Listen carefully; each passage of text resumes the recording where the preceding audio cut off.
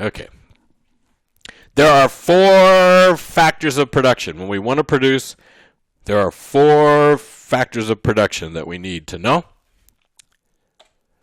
The first of these is labor. Labor is people, obviously. They work for a company. Yes. Right now, as I'm speaking this to you, I am labor. Your professor is labor. We're getting paid to create a service for you, edumacation, which you, hopefully, are benefiting from. And you probably paid for. Capital. Capital is human-made goods used to produce other goods. So things that we make that we use to make other things. So whether it's a dump truck or a factory or the equipment in the factory or a hammer, those things are all capital. We don't buy dump trucks because we like dump trucks. We buy dump trucks because we have something to dump. We don't buy a hammer because we think hammers are beautiful and we put them on our wall. We buy a hammer because we want to hammer something. Capital is things that we make that we use to make other things. You'll hear capital, that capital term applied to money, right? The people go, oh, I need capital to start my business. Well, what is money other than something that is invented by people, made by people, that we use to make other things? Money by itself doesn't have any use. It's its ability to get other things that makes it useful. So money is capital, but it's financial capital where there's lots of other capital in the world, which is physical capital, like the factory, or the stuff that's inside the factory, or the dump truck, or the plane, or the train. Okay? Capital. Now, you're saying, why are we going on this relationship? Capital and labor, and how much each you have, and how they're coordinated and put together, is maybe the most important topic in all of this stuff. It's that how we use capital, compare it to labor, right? 20 guys with wheelbarrows versus one dump truck, which is going to carry more stuff, right? That's our issues. Okay, we have something called natural resources, which most economists also just use the word land for. So the cow and the ocean and the fish and the wheat and the cobalt, all those things are natural resources. They're the gifts of nature. Okay, so if you refer to the gifts of nature, you can say natural resources. You can also just call that all land. So technically the cow is land, even though you wouldn't think of it, and the ocean is a land. But they're natural resources or land. Who brings all this stuff together? Who says, hey, I'm going to mix together land and labor and capital, and I'm going to produce something? Well, the person who does that is called an entrepreneur. It's French for undertaker, not somebody who plants you in the ground, but someone who does things. You might think of it also as the person who takes the risk taker. So it could be Henry Ford. It could be Magic Johnson. It could be Tony Stark. It could be Kylie, what's her name? All of those folks are entrepreneurs. They all mix together the land and the labor and the capital. And because they're starting this business, they're taking a risk, right? So Henry Ford wants to make cars for the masses. Magic Johnson builds movie theaters and other businesses in areas that traditional companies don't want to build in for various reasons. Tony Stark is Iron Man. Kylie there started a whole cosmetics line, yes? Probably has done some other stuff too. Okay? The entrepreneur takes the risk. The entrepreneur reaps the reward.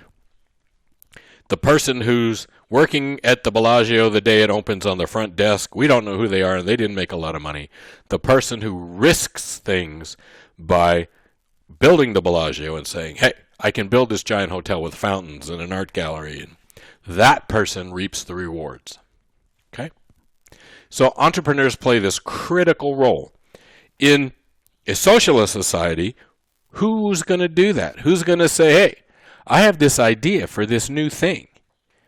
If the system is such that you don't get rewarded for it, why would you do it? Now, some people would do it just because it's fun, maybe. But why take the risk? Why put your money in? Why take a risk? Why, if there's no reward for you? If there's no incentive? Remember, economists believe we're driven by incentives. Socialism has incentives. They're just a different set of incentives than capitalism has.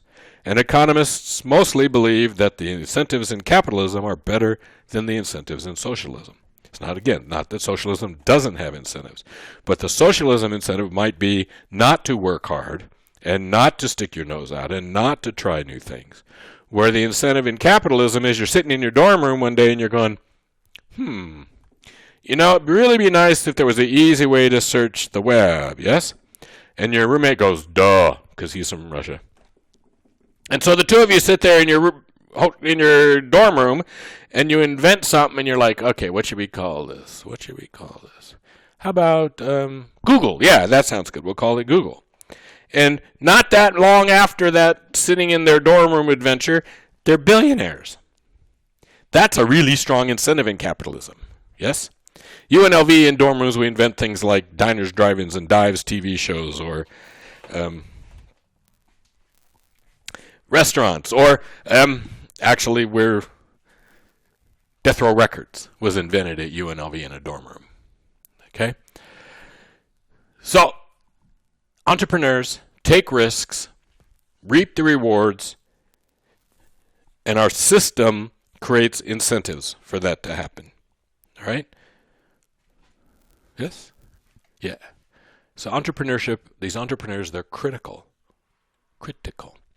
Even if you know your history and we're talking about stuff, Malcolm X, if you know who Malcolm X was, Malcolm X thought the most important thing that we could teach black Americans was the importance of starting their own businesses.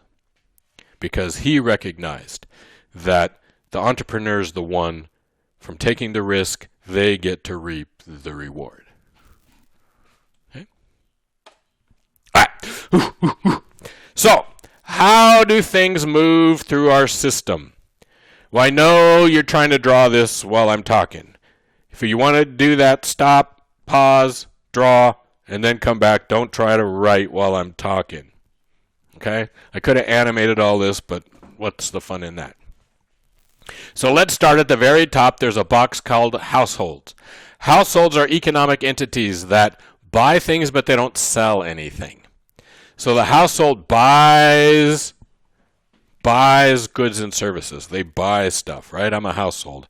I buy chicken for me. I buy cat food for the cats. I buy electricity. I buy gas for my car.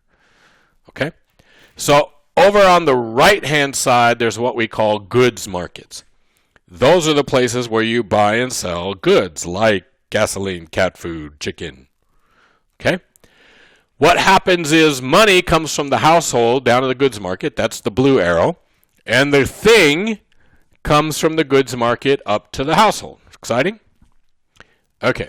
Where did those goods come from? Well, they came from businesses somewhere. Business made, well, it didn't really make the chicken, but a business grew the chickens and then put them in little packages and sold them to the grocery store, yes? So the firm here that makes chickens, red arrow, they send the chickens to the grocery store. The grocery store sends money back to the chicken company, okay? The business firm. So down here we have all our business firms. Business firms buy and sell stuff. They buy things, though, with the intent of selling them. Households buy things to consume them, to use them. How does the firm do its business? Well, it buys those four factors of production, right? It buys land and labor and capital, and it pays the entrepreneur too. All right? So we have on the left-hand side what are called factor markets. Those are where the four factors of production live. The labor market, the capital market, the market for all the different natural resources, the orange juice market, the chicken, right? All those natural resources. So again, the things, the workers, for example, are on that red arrow that goes from a factor market to the firm. UNLV buys me. I provide myself to UNLV.